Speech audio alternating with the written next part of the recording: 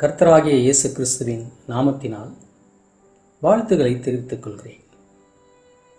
இன்றைய நாளில் என்னை நேசிக்கிறாயா என்ற தலைப்பில் தியானம் செய்வோம். அப்போஸ்தலனாகிய பேதுருவின் வாழ்வில் நடந்த ஒரு சம்பவத்தை பார்ப்போம். யார் இந்த பேதுரு?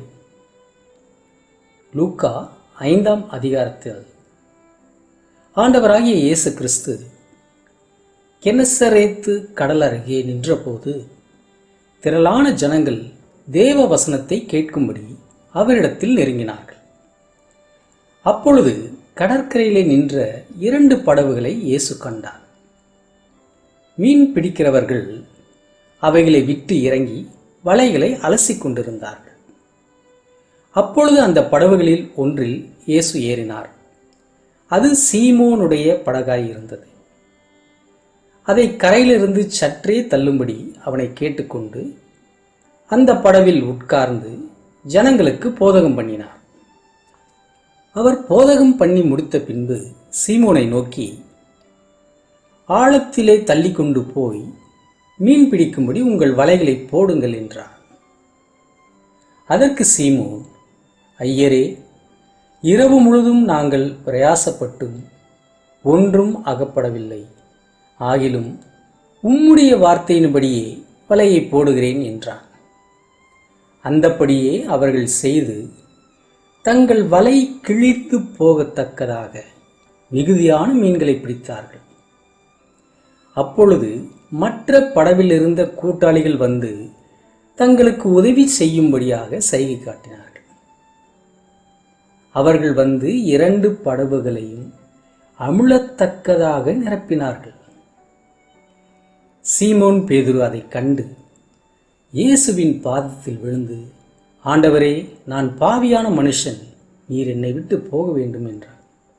சீமோனுக்கு கூட்டாளிகளான யாக்கோபும் யோவானும் அந்தப்படியே பிரமித்தார்கள். அப்பொழுது இயேசு சீமோனை நோக்கி, பயப்படாதே, இது முதல் நீ மனுஷரை பிடிக்கிறவனாய் இருப்பாய் என்றார்.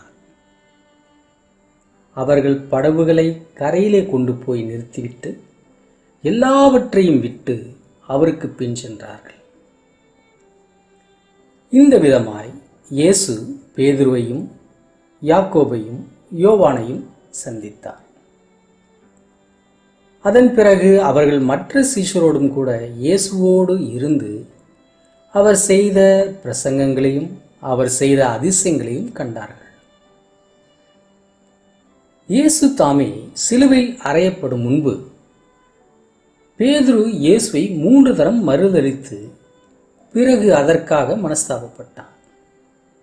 ஒரு நாள் திபேரியா கடற்கரையிலே சீமோன் பேதுருவும் தோமாவும் நாத்தான்வேலும் யாக்கோபும் யோவானும் மற்ற அவருடைய சீஷரில் வேறு 2 பேரும் கூடியிருக்கும்போது பேதுரு மற்றவர்களை நோக்கி, நான் மீன் பிடிக்கப் போகிறேன் என்றான்.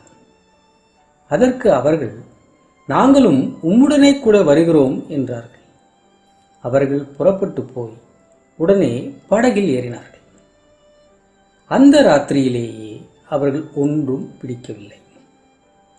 இரவு முழுதும் பிரயாசப்படுகிறார்கள், ஒன்றும் அகப்படவில்லை.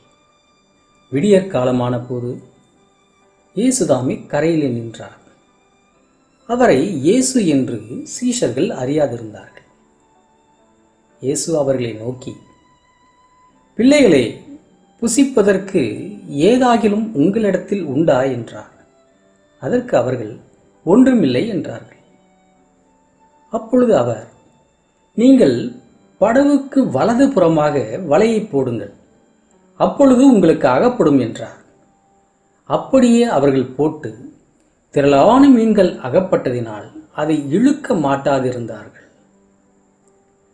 ஏற்கனவே ஆண்டவர் இயேசு தங்களை அழைத்த போது செய்த அற்புதத்தை உணர்ந்த இயேசுவுக்கு அன்பாய் இருந்த சீஷன் பேதுருவை பார்த்து, அவர் கர்த்தர் என்றான். அவர் கர்த்தர் என்று பேதுரு கேட்டவுடனே தன் மேற்சட்டையை கட்டிக்கொண்டு கடலில் குதித்தான். மற்ற சீஷர்கள் மீன்கள் உள்ள வலையை இழுத்துக்கொண்டு கரைக்கு வந்தார்கள். அவர்கள் கரையிலே வந்து இறங்கின போது கரி நெருப்பு போட்டிருக்கிறதையும் அதன் மேல் மீன் வைத்திருக்கிறதையும் அப்பத்தையும் கண்டார்கள். இயேசு அவர்களை நோக்கி, வாருங்கள், போஜனம் பண்ணுங்கள் என்றார். அவரை கர்த்தரென்று சீஷர்கள் அறிந்திருந்தபடியால் அவர்கள் ஒருவனும் நீர் யார் என்று கேட்க துணியவில்லை. அப்பொழுது இயேசு வந்து அப்பத்தையும் மீனையும் எடுத்து அவர்களுக்கு கொடுத்தார்.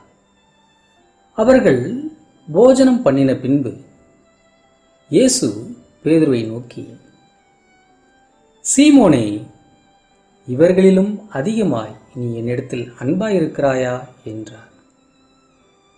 அதற்கு அவன், ஆம் ஆண்டவரே, உம்மை நேசிக்கிறேன் என்பதை நீர் அறிவீர் என்றான். அவர், என் ஆட்டுக்குட்டிகளை மேய்ப்பாயாக என்றார். இரண்டாம் தரம் அவர் அவனை நோக்கி, சீமோனே, நீ என்னிடத்தில் அன்பாயிருக்கிறாயா என்றார். அதற்கு அவன், ஆம் ஆண்டவரே, உம்மை நேசிக்கிறேன் என்பதை நீர் அறிவீர் என்றான். அவர், என் ஆடுகளை மேய்ப்பாயாக என்றார். மூன்றாம் தரம் அவர் அவனை நோக்கி, சீமோனே, நீ என்னை நேசிக்கிறாயா என்றார்.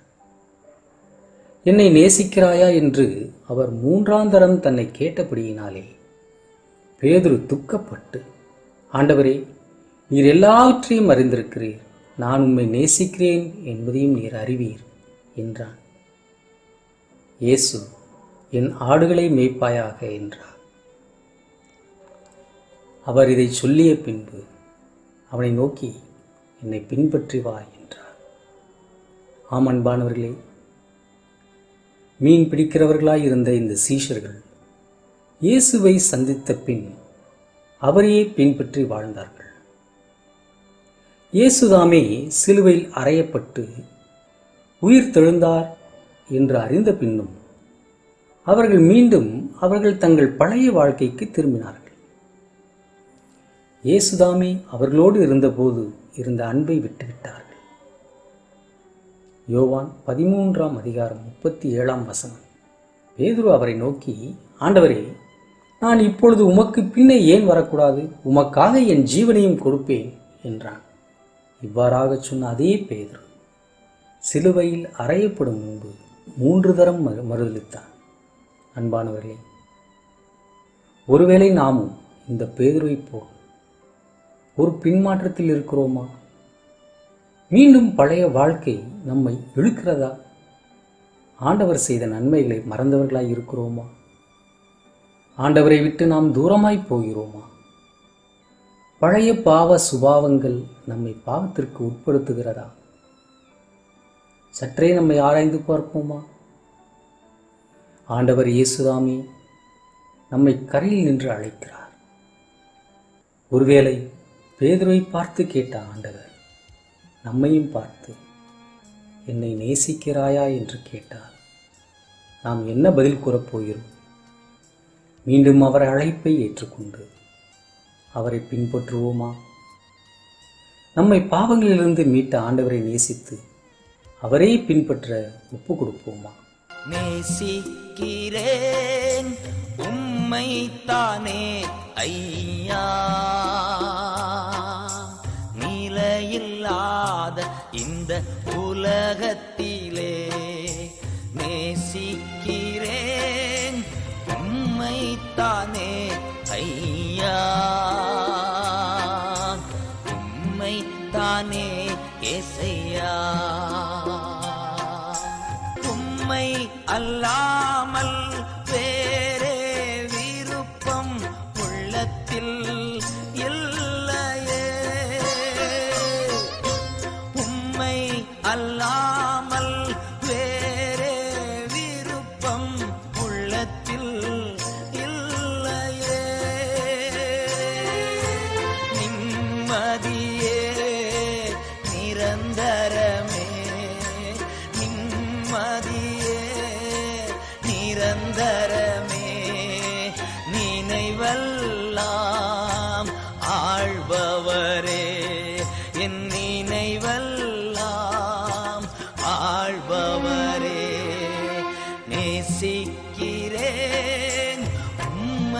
தானே ஐயா, உம்மை தானே இசையா.